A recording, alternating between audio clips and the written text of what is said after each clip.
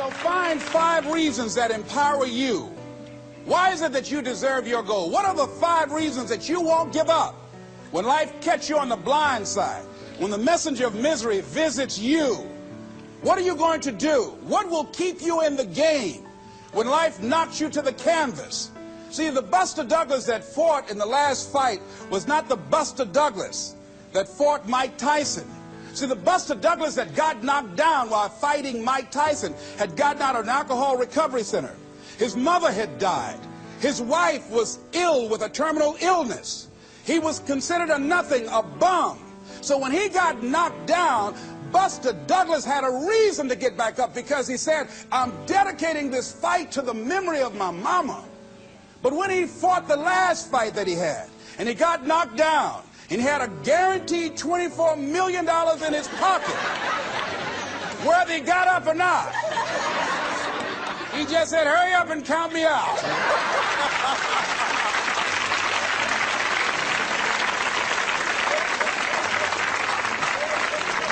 And I don't blame him. Why get hurt? He said, no, why'd you leave so soon? Somebody's about to get hurt, me. So you've got to have some reasons that when life knocks you down, and it's going to. Hello, it's going to knock you down. When people disappoint you, and that's going to happen. When they betray you, and that's going to happen. When they lie to you, and that's going to happen. When they say, oh, you can count on me, and they won't show up, and that's going to happen. When you want to throw in the towel and give up yourself, and that's going to happen. When life collapses on you and catch you on the blind side, it drop you to your knees and start choking you. You got a dream? No, I ain't got no dream. And that's going to happen. What reason can you remember that you can call on, that you can reach on, that can make you get back up? Find that reason. Because when life had knocked me down, I said, life, I'm doing this because I want to make my mama proud of me. I'm doing this because I want my children to have a better life than what I had. I'm doing this because all my life I've been told I'd be a loser, that I wouldn't make it. All my life I heard people say, maybe take them back to the welfare department. I'm doing this to make them a lie. I believe, like Frank Sinatra, he said, the best revenge in life is massive success. I'm doing this so I can become massively successful. And with that kind of courage, with that kind of affirmation and reason to empower me, I got a saying that when life knocks you down, try and land on your back, because if you can look up, you can get up. All right?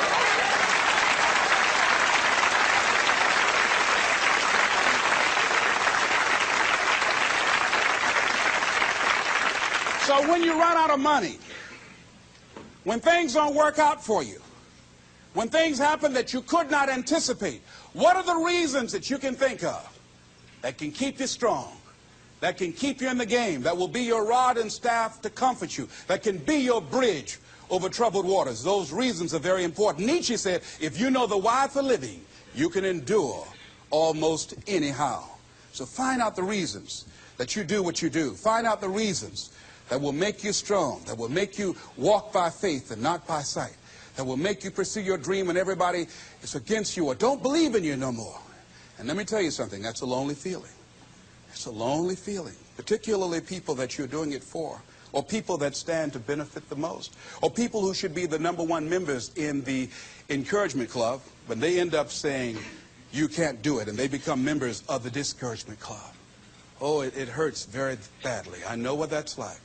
Have people that you love close to you that look at you with that look and say, why don't you try something else? Why don't you give up? I said, but this is my life. I have got to do this. Les, you had a good job at Sears. That man like you.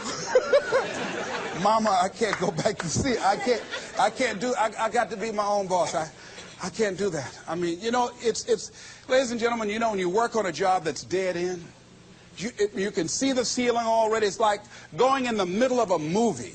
And after you've seen the movie, sitting back through that over again, there's something missing. You know the hero's not going to die. You know what the outcome is already.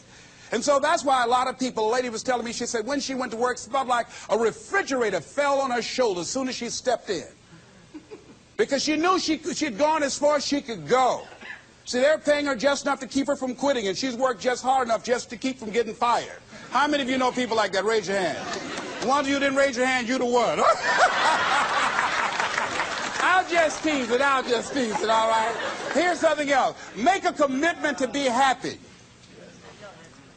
See, You know, I have you laughing a lot. See, life is too short going through it looking homely, tired, and ugly. Sometimes we take life too seriously. Oh, no.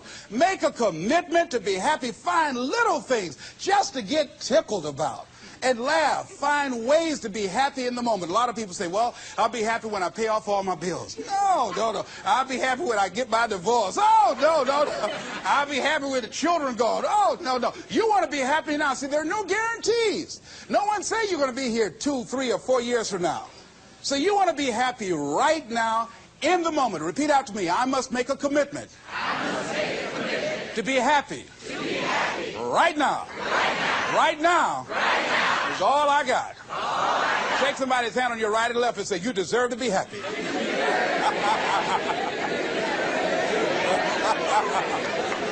Make a commitment to be happy, because life now has new meaning for you. Just enjoying the sunset, or just looking at life, or looking at nature, going for a walk. It's the little things in life that counts. Here's something else that you want to begin to do in order to make this your decade. You want to begin to get all the toxic people out of your life. Hello?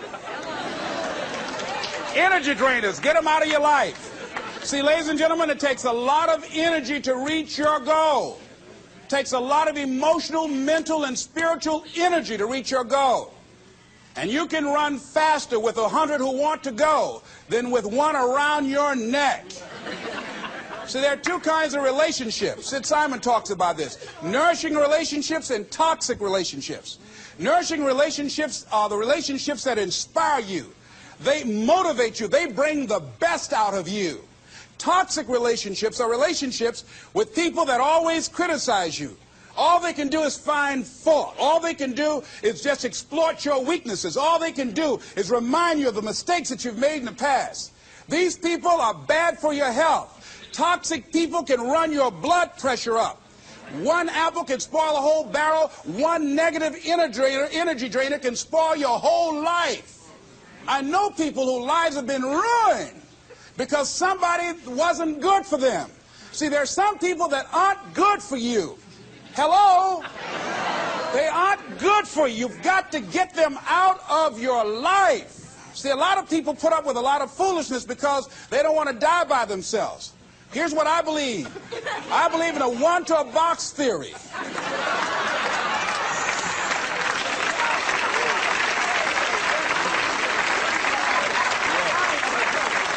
Ask this question of yourself. Make a list of who you communicate with most and ask yourself the question, what kind of person am I becoming because of this relationship? Is it helping me to grow mentally and emotionally and spiritually? Am I becoming a better person because of this relationship? Do they bring out the best in me? Do they inspire me? Do they encourage me to develop my greatness? Do they make me stretch? So you got to look at the people in your life and find out, what kind of person are you becoming because of that relationship? My mother used to say, birds of a feather flock together. You run around with losers, you will end up a loser.